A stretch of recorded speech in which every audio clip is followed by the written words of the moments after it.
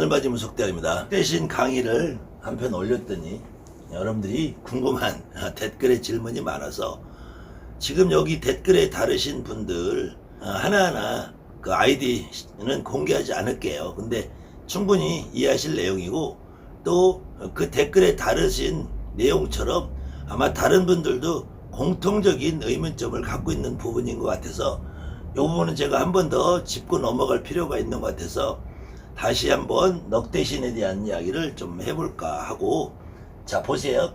이 넉대신이라는 의미는 실질적으로 넉대신이라는 신이 따로 오는 게 아니고 여러분 몸이 내리굿을 받기 이전부터 조상을 실을 수 있는 몸이기 때문에 당연히 무당이 된다. 그런데 그 무당이 될 때 조상님들이 오신단 말이에요. 할머니도 오시고 할아버지도 오시고 이모도 오고 고모도 오고 또 다른 분들도 오시는데 그분들 중에서 이렇게 우리가 해산말명이라고 오시는 분, 해산말명으로 오시는 할머니들이 주로 이렇게 큰 머리나 당이, 화롯, 원삼, 쪽두리, 뭐 가채, 아니면 큰 머리 중에서도 더 요렇게 돼 있는 대레머리라고 있어요. 대레머리 이렇게 옛날에 왕비가 결혼할 때 입는 대레머리라고 있어요. 대레머리, 비녀가 이렇게 확 꽂혀가지고 여기다 이렇게 장식이 이렇게 돼 있는 머리가 이렇게 둥그런 요걸 대레머리라고 그래. 대레머리. 대레라는 말은 큰 얘기 때문에 대레라는 말은 이 왕가의 혼례에서만 쓰는 말이에요. 대례라는 말은 아무나 쓰는 말이 아니라 일반 사가에서는 그냥 혼례라고 하고 가래라고 그래. 가래라고도 이제 집가자 쓰는 가래가 아니라 축할 가짜, 기쁠 가짜 가래라고 그러나요? 가래. 축할 가짜 가래를 쓴단 말이에요. 가래. 이 일반 가정에서 쓰는 가래라는 말하고, 그러니까 가정의례라는 말의 준말인 가래라는 말하고 이 축가다 기쁠 가짜를 쓰는 가래라고 달라요. 그때 궁중에서 쓰는 거는, 궁중에서 왕가에서 쓰는 거는 대례라고 그래. 대례. 그때 왕비가 머리를 이렇게 하는 대례머리를 쓰고 오시는 분들 간혹 있어요. 또 당이를 입고 오시는 분들도 있고. 근데 당이라는 것은 원삼의 변형태가 당이가 되기 때문에 이 해산명 할머니들이 오실 때 이분들이 그 어떤 하늘의 신을 합의 받는다면은 이 대레머리를 쓰고 올 수도 있어요. 반드시 우리 집안의 이 할머니가 왕가의 후손이 아니고 대부분 조선시대 때는 이 조선시대 때는 이 왕은 오로지 이씨잖아요. 왕은 이씨. 왕은 오로지 이씨인데 왕비가 되는 성씨가 좀 정해져 있어요. 기본적으로 민씨, 윤씨, 조씨, 김씨, 권씨, 이렇게 왕비가 되는 성은 정해져 있단 말이에요. 그래서 여러분들이 사극을 아무리 봐도 민비, 조대비, 윤대비, 그 다음에 권비마마, 권대비마마 이렇게 해야지. 그 다음에 마지막 구한말에 안동권 씨들이 외척으로 세도를 잡았다 이런 말이 나오잖아요. 안동권 씨, 뭐 안동김 씨, 뭐 이런 분들이. 그래서 이 조선왕조에서 왕은 오로지 이씨인데 이씨하고는 아무리 본이 달라도 이씨하고는 혼인을 안 한단 말이에요. 이씨 왕가에서는. 그래서 왕비는 이씨성을 가진 분이 없어요. 그 다음에 요성을 뺀 나머지들이 이제 주로 그래도 궁중에 만약 나인이나 상공위로 들어가려면 처음엔 나인으로 가서 상공으로 올라가는 경우도 있고 상공이 되는 경우도 있는데, 통상 나인이 돼도 완전한 천민들은 나인을 받아주지 않는단 말이에요. 통상 몰락한 양반의 가중들, 옛날에 양반이었다가 조선시대의 양반이라는 거는 이제 3대 중에서 뭐 할아버지, 아버지, 요 중에서 하나가 장원급제를 해야지 이 양반이라는 게 유지가 돼. 거기서 3대를 급제를 못하면 양반이라는 타이틀을 뺏기게 된단 말이에요. 법적으로는. 그래서 그 3대 동안에 장원급제에서 나라의 그 성균관이나 진사과라든지 이런 참봉과라든지 이런 데 합격을 못하면은 양반이란 타이틀을 뺏기게 된단 말이에요. 그런 몰락한 가문들이 보통 정씨, 홍씨, 그 다음에는 장씨 뭐 이런 성들이 있어요. 이런 성들. 그래서 이런 성들이 보면은 보통 상공이라고 부르는데 장상공, 홍상공, 김상공, 박상공, 박씨, 박상공 뭐 이렇게 상공들도 여러분이 드라마를 보면은 상공들 이 성이 정해져 있어.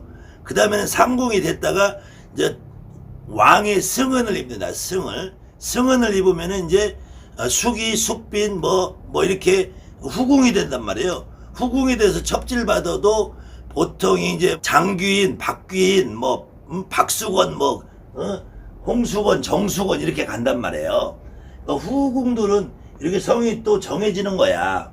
그것처럼 왕비가 되는 분은 민씨, 윤씨, 조씨, 김씨, 권씨 이런 중에서 주로 왕비가 되는데 간혹 이제 자기들이 민씨다, 윤씨다, 조씨다, 김씨다, 권씨다, 아니면은 정씨다, 홍씨다, 장씨다, 박씨다 이런 성을 가지신 분들 가운데서 해산말명이 있으신 할머니들이 요런 모습으로 오면은 자기들은 뭐 궁대신이 왔다, 황후마마가 왔다 이렇게들 착각을 하시는 분들이 있는 거예요. 그런데 이 큰 머리를 쓰고 당이 화롯을 입고 오시는 의미는 그 성씨나 자기가 왕가의 후손이 아니래도 그 이 할머니가 저 어떤 하늘의 신이라는 합의를 받아서 오기 때문에 이런 모습을 가지고 오시는 것이지 반드시 이렇게 궁중에 왕가의 후손으로 왕비의 후손이 됐던 민씨, 윤씨, 조씨, 김씨, 권씨가 아니고 후궁인 정씨, 홍씨, 장씨, 박씨가 아니래도 그렇게 올 수 있다. 그것은 내 몸속에 기본적으로 넉대시라는 내가 넉을 합의받을 수 있는 몸주가 있다는 거예요. 몸주. 여러분들이나 나도 조상을 합의받을 수 있는 내가 조상의 혼을 느끼고 조상을 합의받을 수 있는 내 몸주만 있어도 이거는 몸주 대신도 넉 대신이 있다는 거예요. 그러니까 그 부분에 있어서 다시 한번 설명을 드리면 우리가 보통 내가 있으면은 아버지가 있고 할아버지가 있잖아요. 그때 아버지나 할아버지는 나를 낳아야지 아버지고 아버지가 할아버지가 나를 해야지 할아버지잖아요. 아버지고 그렇기 때문에 남자는 절대로 무자가 있을 수 없는데 할머니는 나를 낳아주신 엄마가 있잖아요.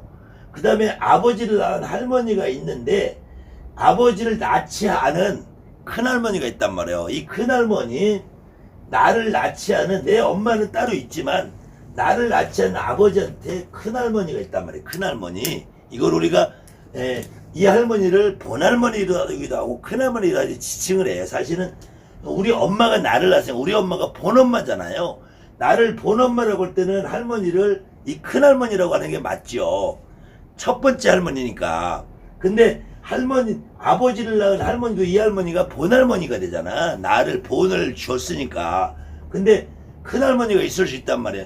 이런 큰할머니, 큰어머니, 큰증조할머니 이렇게 나한테 할아버지, 증조할머니, 증조할아버지, 아버지까지 원래 처음 시집 와서 결혼해서 제대로 살지 못하고 애를 낳는 과정에서 돌아가신 할머니들을 우리가 해산말명이라고 하는데 이 해산말명 할머니들은 사실은 할아버지도 아버지도 나하고도 핏줄이 섞이지 않는단 말이에요. 다만 이분들 뱃속에 아버지 같으면은 아버지의 첫 번째 부인 같으면 아버지의 씨를 베고 있으니까 나하고는 배다른 형제를 베고 있는 거잖아요. 배다른 형제를. 그러니까 배다른 형제를 베고 있으니까 어쨌든 아버지하고 나하고의 관계로 치면 이분도 나한테는 우리가 어머니라는 칭호를 해줘야 되고 할아버지의 관계를 볼 때는 이분도 할머니라는 칭호를 해줘야 된단 말이에요. 그런데 이분들이 친정으로 못 돌아가시기 때문에 오는 거란 말이에요. 그때 이 할머니들이 이렇게 오신다고 해도 이 두 번째 질문은 큰 머리를 보통 장만을 해놓는데 이 남자들은 그럼 언제 큰 머리를 준비해 놓느냐. 실질적으로 남자도 내가 여자인 경우 있고 남자인 경우 있잖아요. 여자한테만 이 해살말명이 오시는 게 아니야. 남자한테도 이 해살말명이 큰어머니가 있으면은 남자한테도 오고 큰할머니가 있으면 남자한테도 큰할머니가 올 수는 있단 말이에요. 그때 이렇게 남자한테도 해살말명이 오는 신호가 이 댓글을 달아주신 분은 그런 경험이 있나 모르겠는데 남자들도 해살말명 할머니가 있는 경우에는 이거는 뭐 부끄럽고 창피한 이야기가 아니라 저가 처음에 무당이 됐을 때 제 주변에 있는 박수무당들 중에서 많은 분들이 여자들이 한 달에 한 번씩 생리하는 것처럼 저도 한 3년간을 그렇게 했으니까요. 한 달에 한 번씩 생리 나오듯이 하혈을 해요. 근데 남자들은 앞에 거시기로 하는 게 아니라 뒤로 해요, 하혈을. 근데 아주 선분홍 색깔이 하혈을 해요. 한 달에 한 번씩. 저도 한 3년간은 그 하혈을 했는데 남자분들도 이 해산말명 할머니가 있으면 그런 증상이 있으신 분들이 있어. 그 다음에 남자분들도 배가 틀린다든지 아랫배가 뻐근하다든지 깨진다든지 터진다든지 이런 증상이 있으신 분들이 분명히 있어요. 그렇기 때문에 남자분들도 큰 머리를 쓰고 오시는 넉대신 할머니가 오실 수 있어요. 다만 이 넉대신이라는 큰 머리를 언제 장만을 하느냐, 이거는 지금의 문화는 물자가 흔하니까 만물상에서 이 큰머리라는 걸 많이 팔아요. 많이 파는데 지금부터 30년, 50년, 100년 전에 흘러가면은 지금은 가채라고 지금은 가채가 인조머리가 많이 나오잖아요. 근데 인조머리가 많이 나오는데 조선시대에는 인조머리가 없었단 말이에요. 인조머리가 없으니까 이 가채를 만들면 반드시 살아있는 사람이 인모를 쓴단 말이에요. 인모. 그래서 여러분들이 지금 5, 60대는 이해하실 텐데 4, 50대도 3, 40대는 절대 이해 못해요. 그것이 옛날에 우리 어렸을 때는 강냉이 장사라고 있어서 강냉이 장사, 티밥 장사. 티밥 장사들이 이렇게 리어카를 끌고 다니면서 달구지나 이런 데 끌고 다니면서 티밥 사세요, 티밥 사세요 하면서 다 떨어진 냄비나 고무신 있으면 티밥 받고 가세요, 고물 사세요 하는데 그때 이 금리빨 삽니다, 머리카락 삽니다 그랬어요. 그때 그 머리카락을 사가지고 그 당시에는 가발 공장으로 보내기도 하고 그 당시에 이 여기에다가 이제 이 쪽을 친다 그러죠. 여자들 쪽지는 용도로 팔기도 하고. 근데 그 아주 더 오래전에 조선시대에는 그 사람의 자른 머리를 사가지고 여인들이 가채를 튼단 말이에요. 가채라는 건 기본적으로 귀부인의 상징이었단 말이에요. 귀부인의 상징. 그 다음에 그 가채를 하는 것은 여자가 결혼을 해서 쪽을 찌고 귀부인의 상징인데 조선 후기 17세기 18세기로 넘어오면은 여러분들이 김홍도나 신윤복의 그 민화에 보면은 기생들도 가채를 많이 했단 말이에요. 기생들도. 그러니까 그 조선 중기에는 가채가 완벽하게 사대부 가문, 그러니까 양반 가문의 상징이었는데 이것이 이제 조선 후기로 내려오면서 가채라는 거 일반 평민들도 자유롭게 해도 너무 나라에서 그 제재를 안 하던 시절로 와요. 그러니까 너도 나도 돈이 있는 사람은 가채를 해. 근데 조선시대에는 신체 발부는 수지 부모라 불감회상이라고 그랬어요. 내 머리카락 한 올이라도 부모님이 물려고 주신 거기 때문에 내가 감히 자를 수가 없는데 여자들이 얼마나 가난해서 머리 먹고 살 게 없으면은 머리를 잘라서 판단 말이야. 그 잘라서 파는 머리를 가지고 모아서 이 가채 하나 만들려면은 아마 여자 긴 머리를 잘라서 만들어도 이 가채 하나 만들면 한 10명분의 머리카락이 필요해요. 그렇기 때문에 가채를 만든다는 것은 이기 없으면 할 수 없어. 그렇기 때문에 아주 양반들이나 하든지 아니면 돈이 그래도 좀 신분은 낮아도 돈을 만들 수 있는 기생들이 많이 했단 말이에요. 그런데 그것처럼 이 큰 머리를 언제 만들 수 있느냐, 그것은 만들어서 쓸 수 있는 자격은 이 해산말명이 있는 분 아니면 해산말명이 없으셔도 기본 내 몸에 넉대신이라는 몸주신이 있기 때문에 어느 누구나 언제나 만들 수는 있어요. 오늘 내리고 사고 내일 사다 놔도 지금은 만물세 가면은 널려있는 게 큰 머리이기 때문에. 그런데 과거에는 그런 전통 때문에 과거에는 이 큰 머리를 내가 가지고 있는다는 것이 이런 할머니들의 상징도 있지만, 큰 머리를 쓰고 굿을 진행할 때 이외에는 그냥 하나의 우리가 신당에 산신할아버지 그림을 놨다든지, 그래서 실질적으로 큰 머리라는 것이 평상시에는 신당에다가 일종의 장식 같은 거란 말이에요. 안 그러면은 내가 이렇게 받은 할머니들의 몫을 상징하는 건데, 그 몫을 상징하는 걸만 가지고 지금부터 과거에 100년 전, 200년 전에 같은 경우에는 이 큰 머리를 하나 만들려면은 정말로 여자의, 살아있는 여자의 인모를 한 50명분을 모아야지 이걸 만들 수 있단 말이에요. 그냥 여러분들 생각해보세요. 이 머리 한번 잘라서 이만큼 끝에까지 자른다 해도 한 뭉치밖에 안 나와요. 이만한 큰 머리를 만들려면은 최소한 50명분의 큰 머리카락이 필요하단 말이에요. 그렇기 때문에 이 가채를 지금부터 100년 전만 해도 아무나 만들 수 있는 게 아니야. 그만큼 비용이 많이, 거기에다가 떨잠이라든지 뭐 이런 것들, 떨잠이나 기타 장식들, 비녀, 옥비녀 뭐 이런 거 만들려서 하려면은 이 가채 하나 만들려면은 100년 전에만 해도 집 한 채 값이 나온단 말이에요. 집 한 채 값이. 지금은 이 플라스틱 재질이 많이 나오니까, 플라스틱으로 대량 생산해서 찍어 나오니까 이 떨잠 같은 거 막 나오잖아요. 근데 이 떨잠 같은 것이 조선시대 때는 지금 무슨 금은 보아, 다이아몬드보다 더 비싼 거야. 여러분들이 지금 이게 놀이개라고 달고 있는 거 있잖아요. 놀이개. 그것도 실로 꼬고 여기에 뭐 플라스틱 장식 있는 거, 이게 조선시대에는 이 놀이개 하나만 갖고 있는 것도 이게 거의 집 한 채 값이란 말이야. 이 여러분들 지금 문화를 생각하면 안 돼요.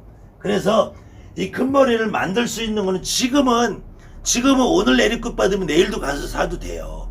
그런데 이것이 얼마만큼 의미 있는, 내가 이 넉대신이라는 우리 할머니의 느낌을 받은 사람이 모시느냐, 그렇지 않은 아무나 갖다 놓느냐, 이거하고의 차이점이 있는 것이고, 그 다음에 이 자격이라는 것은 이 큰 머리를 쓰고 바리공주를 구성을 하고 진지록이라는 것을 내가 직접 구사할 수 있을 때, 내가 굿에서 진진옥이라는 굿을 내가 직접 혼자서 주관할 수 있을 때 모셨단 말이에요. 그래서 예전에는 통상 10년에서 20년이 안 된 사람들은 굳이 큰 머리를 모실 이유도 없고 모실 필요도 없고, 그 당시에는 이것이 제일 큰 거는 경제적인 문제예요. 경제적인 문제. 큰 머리를 하나 만들려면은 저가 막 됐을 때도 이 큰 머리 하나 만들려면은 비용이 근 50만원, 100만원어치의 재료비가 들어갔어요. 지금도 제가 가끔 한 번씩은 만드는데, 저도 수작업으로 제가 만들어요. 직접 만드는데, 그것도 이제 지금은 인모가 이거 저기 가모가 인조머리가 나오니까 인모가 아니라 인조머리를 사서 해도 만물상 같은 데 보면 이렇게 이제 쭉 가짜 쪽 나오는 거 있잖아요. 국악하는 사람들 그 쪽도 그래도 거기에도 한 10개가 들어가요. 쪽 10개 들어가지, 이 떨잠 들어가지, 구슬 장식 들어가지, 비녀, 옥비녀, 금비녀 하면은 그냥 순수하게 만들어도 재료비만 해도 한 50만원 들어가더라고요. 제가 직접 만들면은. 거기에다 이제 무게감 두어야지, 디자인해서 만들어야지. 그 다음에 그거 큰 머리를 하나 만들려면 저도 재료 준비하고 뭐하고 해서 하다 보면은 길게는 한 달도 걸리고 짧게는 일주일도 걸려요. 그렇게 어려운 작업이란 말이야. 그 다음에 이것을 쓰고 어떨 때 쓰느냐, 이게 한양꽃에서 진진옥이 때만 쓴단 말이야. 일반 진옥은 잘 안 쓰고 진진옥의 뜻인데, 다만 이 진진옥이가 이제 묵은 진진옥이냐 아니면은 햇진진옥이냐, 지금 당장 돌아가서 1년 안에는 진진옥이냐, 30년이 됐어도 이분이 진진옥이 필요할 경우에 진진옥이라. 근데 진진옥일 때만 쓴단 말이야, 용도가. 그렇기 때문에 이 큰 머리가 반드시 있어야 된다 안 된다는 아니고, 오늘이라도 여러분이 이 느낌을 받으신 분은 오늘이라도 사다 놔도 돼요. 오히려 만물상에서 파는 기성품이라고 그래요. 만물상에서 기성으로 제작되어 있는 거는 가격대가 보통 20-30만원에서 한 100만원까지 다양한 종류들이 있으니까 여러분의 형편에 맞춰서 사놓으셔도 그건 상관이 없어요. 그래서 언제 모시느냐, 오늘이라도 하고 싶은 분은 하시라 이거예요. 내가 경제적으로 능력이 되고, 그 다음에 이건 다만 아무나 모셔도 그냥 만물상에서 장군님 갖다 놓는다고 장군님이 여러분들한테 오시냐고요. 태화에 옥황상제를 갖다 모셔다 여러분들 옥황상제가 오시냐고. 그건 하나의 상징으로 모셔놓는 거기 때문에 이런 상징으로 모시는 분은 굳이 비싼 돈 주고 모실 이유는 없다는 거지. 모시면 된다 안 된다는 얘기가 아니라니까. 모실 수 있어요. 그 다음에는 또 그러면 나는 당의를 해드려야 되나요? 원삼을 해드려야 되나요? 당의도 마찬가지, 원삼도 마찬가지. 여러분이 마음 쓰이는 대로 모셔놔도 맞춰놔도 상관없어요. 그런데 이분이 정확하게 나한테 큰엄마가 되느냐, 큰할머니가 되느냐, 큰 증조할머니가 되느냐, 아니면은 간혹 엄마보다 뒤에 오시는 첩할머니 있어요. 그분이 그런 경우도 있거든. 작은 엄마가 되느냐, 작은 할머니가 되느냐. 어느 경우에는 엄마의 형제분이 되시는 이모가 그런 경우도 있고, 어떤 때는 아버지 형제분 되는 고모가 그런 경우도 있어요. 그렇기 때문에 이분이 누구냐를 정확하게 알고 모시는 것이 제일 좋은 것이고, 누구냐를 모르고는 굳이 해봐야 그건 하나의 내 욕심이지, 누군지를 모른다고 그걸 모셨다고 더 효과가 있는 건 아니라는 거예요. 그 다음에는 이분이 진짜로 넉대신이라는 어떤 의미가 있느냐 아니냐 이런 것이 아니라, 넉대신이라는 어떤 우리가 명패라는 개념은 여러분이나 나나 대한민국에 지금 무당이라고 타이틀을 걸고 넉대신이라는 존재는 대한민국에 특히 제 방송을 보시고 지금 이 넉대신 강의를 보시는 분들은 다 있으신 분들이야. 저렇게 사주팔자 명리 철학이라면서 조상은 개귀신이라는 그런 쪼다들 빼놓고는 다 그렇기 때문에 그분들은 다 모셔도 상관이 없어요. 다 모셔도 상관이 없는데, 그래도 특별히 이 해산멜명 할머니를 넉대신이라고 칭호하는 이유는, 이 할머니들은 내 조상도 아니고 남의 조상도 아니고 중간에 걸쳐 있기 때문에, 그래서 특별히 이분들을 넉대신이라는 칭호를 붙여주는 것 뿐이지 반드시 이분만 넉대신은 아닌 거야. 여러분의 할머니도 넉대신이고, 여러분의 할아버지도 넉대신이고, 여러분한테 신장님으로 오신 할아버지도 넉대신이고, 여러분한테 도사 할아버지로 오신 할아버지도 넉대신이고, 여러분한테 있는 동자애기씨도 넉대신이란 말이야. 다 넉대신이야. 그런데 이 할머니는 특별히 그렇게 내 조상과 남의 조상이 가운데 걸쳐져 있다. 그래서 이 할머니를 넉대신이라는 명호를 붙여주는 것 뿐이다. 다만 이 할머니가 오시는 모습에 따라서 내가 명패라는 건 학습된다 그랬잖아요. 학습. 그렇기 때문에 이 할머니가 오시는 모습에 따라서 당의를 꼭 큰 머리로 오니까 궁대신이라고 이름을 붙여도 상관이 없어요. 그 다음에는 이 할머니가 이렇게 화로처럼 원삼처럼 색동으로 된 옷을 입고 오시니까 별상대신이라는 이름을 붙여도 상관이 없어요. 그 다음에는 이 할머니가 이 아기를 뱃속에서 탯줄을 감고 줄을 달고 있기 때문에 선왕대신이라는 걸 붙여도 아무 상관이 없어요. 그 다음에 이 할머니가 이렇게 장부대처럼 입고 오시니까 장부대신이라는 이름을 붙여도 상관이 없어. 다만 여러분의 머릿속에 고정관념이 궁대신이라는 이름을 붙이면은 저 조선왕조 궁궐에서 막 그 왕비를 살던 그런 생각을 여러분들이 하시니까, 그 궁대신이라는 이름을 붙인 거보다는 넉대신이라는 이름을 붙였을 때 해산멜명 할아버지가 할머니가 훨씬 더 의미가, 넉대신이라는 이름이 중요한 게 아니야. 이름이 중요한 건 아닌데, 이렇게 해산멜명 할머니를 창보대신이라고 이 원삼을 입고 온다고 창보대신이라고 붙여놓으면은 이 할머니는 노래하고 춤추는 할머니라고 착각을 하는 거 여러분들이. 그 다음에 이 할머니를 저 색동옷을 입고 온다고 선왕대신 할머니라고 이름을 붙여놓으면은 여러분들은 선왕에서 이 할머니가 문 열어준다고 생각하는 거야. 이 할머니가 또 색동옷에 이렇게 막 난리치며 온다고 해서 별상대신, 이건 상관없다니까. 이름을 붙여도 명패라는 것은 정말로 위험한 생각이에요. 위험한 생각. 여러분들이 이 할머니의 느낌이 왔을 때 이 할머니가 궁대신인가 명대신인가 발정대신인가 선왕대신인가 이걸 생각하지 마시라는 거예요. 이걸 생각하지 마시고, 이 할머니가 이렇게 금머리에 당이 화로 원삼 쪽들이 가채 대레머리 이렇게 하고 오실 때 이 할머니가 진짜로 해산멜명 할머니인지, 이 할머니가 큰할머니인지 큰엄마인지 큰 증조할머니인지 이모인지 고모인지 이것을 알고 여러분들이 몸으로 직접 느끼고 이 할머니가 어떤 할머니, 이거 더 중요하다. 여기에 큰 머리를 모시고 이 원삼을 해놓고 당일을 해놓고 안 해놓고는 중요한 게 아니다. 두 번째 문제다.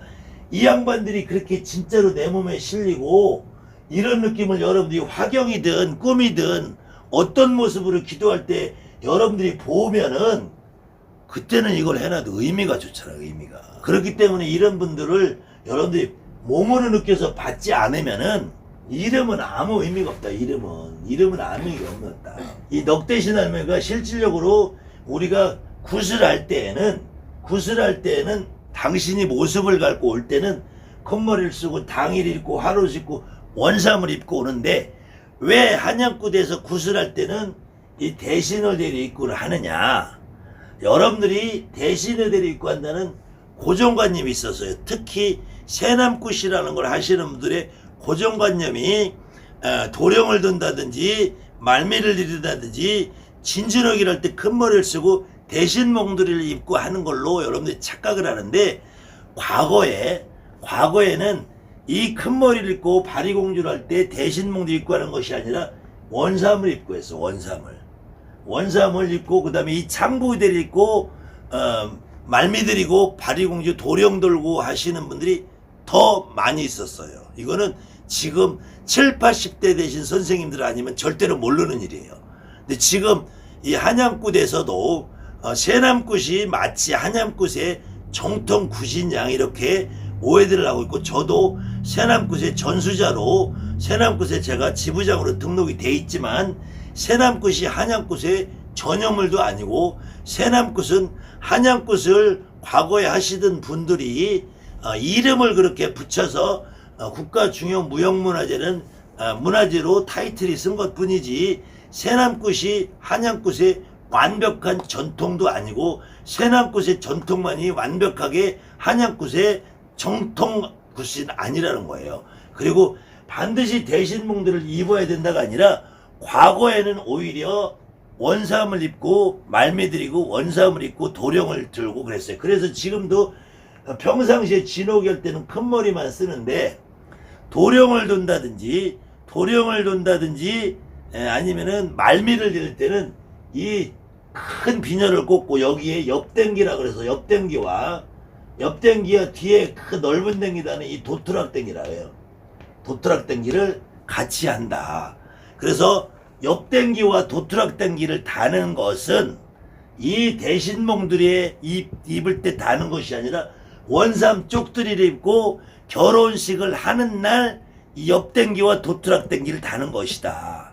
그래서 이 해산말명 할머니의 상징은 큰 머리가 아니고, 해산말명 원할머니의 상징은 큰 머리가 아니고 원삼이고, 원삼과 우리가 바리공주라는 말미를 드리고 도령을 돌 때는 대신몽둥이가 큰 해산명 할머니를 의미하는 것이 아니고, 대신몽둥이는 바리공주라는 신의 상징이고, 해산말명 할머니의 상징은 이 옆댕기와 도트락댕기를 말하는 것이다. 그렇기 때문에 왜 대신몽둥이를 입고 하느냐, 우리 해산말명 할머니도 분명히 대신할머니이기 때문에, 그 다음에 우리가 대신할머니의 조종이라고 하는 이 바리공주 말미를 드리고 나면은 이제 도령을 돌기 전에 하는 만수바지에 천하 대신, 지하 대신, 각국나라 12대신, 우레줄의 벼락 대신, 삼부궁의 상대신이요, 도당 대신, 부군 대신,